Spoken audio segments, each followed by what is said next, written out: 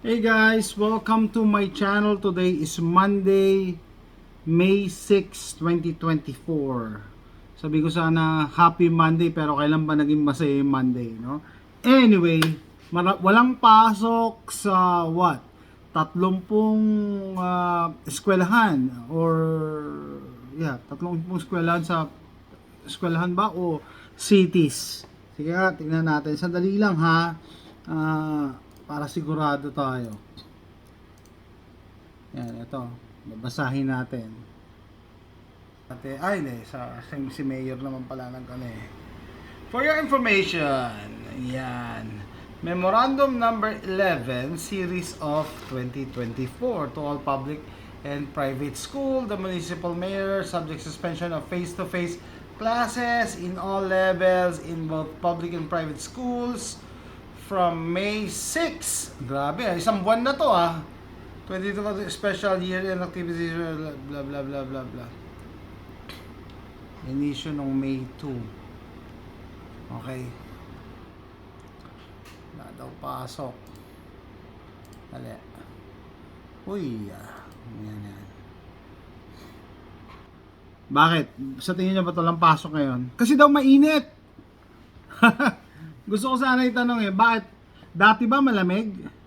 Dati ba nag-i-snow ngayon? Di ba summer ngayon? So I just realized, kaya gumawa ko ng video ngayon, I just realized na matagal na pala nilang pinaplano to. No? Yung mga nag-a-advocate na palitan yung school year natin na baliktarin. Panahon ng tag-ulan, yan na yung summer nyo. Summer vacation. Di ba? Baliktarin. Tapos, yung summer ngayon papapasukin yung mga bata. Imbis na nasa bahay, nagpapahinga, o nasa beach, o nasa Baguio, o nasa Tagaytay. 'Di ba?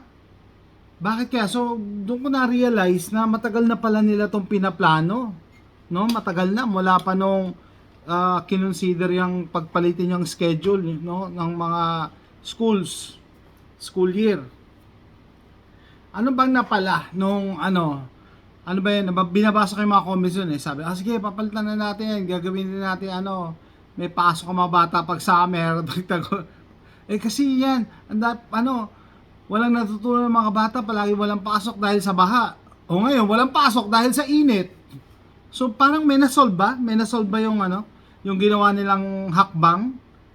Wala, di ba? Ginuyo lang kayo, and yet, marami na namang, pumayag, maraming sumang-ayon, and walang kumontra na may mali. May mali talaga, no? If you think about it, mali pala, umpisa pa lang pala, mali na 'yon. Kasi hindi rin na-solve, 'di ba? Wala rin pasok dahil sobrang init. O asan na yung mga nagpapasalamat diyan dahil kasi palagi walang pasok dahil baha. O ngayon, walang pasok dahil mainit. Mas malala pa dahil masisira ngayon yung bakasyon nyo. Dati, nasisira lang yung school year dahil sa mga baha, walang pasok. Ngayon, pati bakasyon nyo, sira. Bakit? Kasi magbabakasyon ka, tag-ulan na O, di ba? O, paano yon? O, di lahat yan, irereklamo nyo sa climate change. Climate change. Doon nyo isisisi yan. Di ba? Imagine mo dati, gagalit kayo dahil hindi makapasok mga bata dahil baha. Pero nakakapagbakasyon kayo pag summer. Ngayon, hindi makapasok ang mga bata dahil sobrang init at hindi na rin kayo makapagbakasyon dahil ulan ng ulan. Cancel ang flight, delayed ang flight, kung gusto mo mag-Boracay, gusto mo mag-Palawan, di ba? O pumunta ka sa beach, wala, lakas ng ulan sa beach, so hindi ka makapag-beach. So sira pareha. So lahat yan isisisi sa climate change. Okay? So, doon sa hindi nakakaalam, anyway, hindi ba napapansin na panay-panay ang nila? Panay-panay ang report ABS saka Yan panay-panay ang reporting nila na about para bang nasusunog na ang Pilipinas. 53 degrees Celsius. 53, 50, 48, 47. Pero tignan nyo yung fine print. Heat index po yan, hindi po yan temperature. Heat index. Okay? Bakit heat index? Kasi May fear factor pagka malaki yung numero, 53. Ayun, 53. Oh. Eh kung sabihin sa'yo na 37 degrees lang yan, matatakot ka? O kahit sabihin mo na 38 degrees yan, matatakot ka ba? Ay, normal lang yan. Diba? Kailangan lang takutin kayo para sumang-ayon kayo sa agenda nila. Ano ang agenda nila? Diyan tayo mag-uusap. Anyway, eto pa, latest yan, dangerous. Yan, kala nyo nasusunog na yung buong Pilipinas, oh. Yan, dangerous heat index expected in 30. Ngayon, May 6, 2024. Sunog na ang Pilipinas. Para kayong parang malapit na kayo sa araw, Pilipinas lang ganyan, no? Yan, grabe ang mind conditioning. Basahin ko yung mga comments, Yan. Grabe ang mind conditioning. Tirada, parang Bidco. Power control. Climate change. Kwento nyo sa aswang, baka maniwala. Niluluto na ang Pilipino. Imagine nyo naman yung representation, di ba? Kung ano lang yan, pwede yan i-demand. Napaka misrepresented yan Ano yan, maapoy na? Ano ba yan? Sunog na? Di ba? Usap tayo. Dun sa hindi pa nakakaalam, ano ba ang end game nila dyan? Ano bang gusto nila mangyari? Siyempre, gusto nila matakot, di ba? Kaya nung pinalitan yung school year or yung schedule ng schools ng mga bata, pinapasok ng summer na napakainit at bakasyon pag tag-ulan, pumayag kayo, di ba? Kasi sabi nyo nga, ay, palaging walang pasok, ngayon, May 6 hanggang katapusan, walang pasok dahil sa init. O, di ganun din. Di ganun din. Dapat singilin nyo yung mga nag-propose dati na baguhin yung schedule. Ba't wala nagagalit? Ngayon, ang focus nyo, climate change. Yan ang inaano nyo, parang yan nga, mind conditioning yan Nakontrol na kayo. Pumayag kayo Di ba?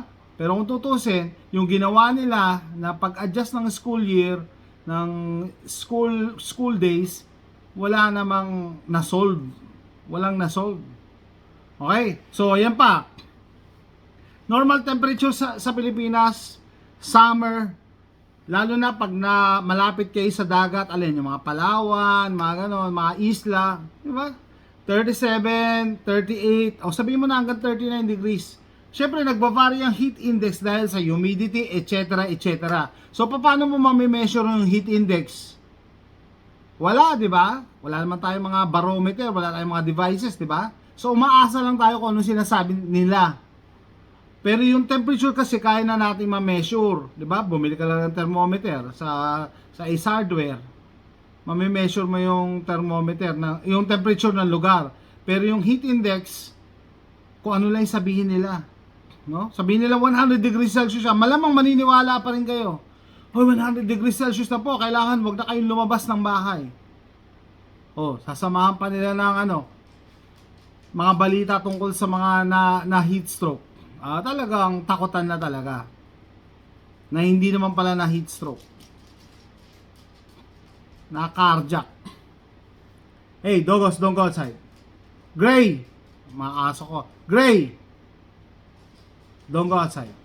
Okay? So, ano ang end game nila? Shout out sa mayor ng Quezon City. Terry, don't go outside. Ang aso ko, Terry, don't go outside. Tinataon nila nagbablog ako sa kasi tatakas Anyway, shoutout sa mayor ng Quezon City, nagpo-push ng 15-minute city. No? Isa yan sa mga expect nyo, no? Tapos maniwala kayo, meron pa ring kababayan natin na sasang-ayon diyan. I'm reading at the comments, sinasabi about 15-minute city, sabi, ay okay yan kasi wala naman akong kotse, okay lang yan. Okay lang yan. Maganda nga yan sa environment, maganda yan sa climate change. No? Meron pa rin kakampi. Tapos, papakainin tayo ng mga insekto ni Papa Klaus.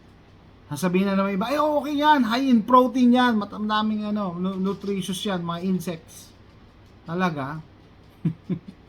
Yun ang problema Sabi ko nga, kung nag-aaral kayo ng history, tignan nyo, never in history daw na naging successful ang oppressor na walang kumakamping oppress. Ha? Sa tingin mo, kinawawa na, kakampi pa yung kinawawa. Ay, kita nyo, kinakawawa na kayo, may kumakampi pa rin sa agenda nila. May nagtatanggol pa din. Di ba? Kailangan pa namin, no, ibang truthers na i-breakdown sa inyo na talaga, ito ang plano nila, ha? Makinig ka. Hawakan ka sa tengang ganyan, no? Makinig ka. Tatakutin kayo. Ila-lockdown kayo. Patitirahin na lang kayo sa mga 15-minute city, hindi na kayo gagamit ng kotse, hindi na kayo gagamit ng public transport, hindi ka na makakauwi ng Bicol or sa probinsya nyo, diyan ka lang hanggat wala kang QR code. Kailangan mo ng social credit para makalabas o makapunta sa ibang 15-minute city. Welcome to communism.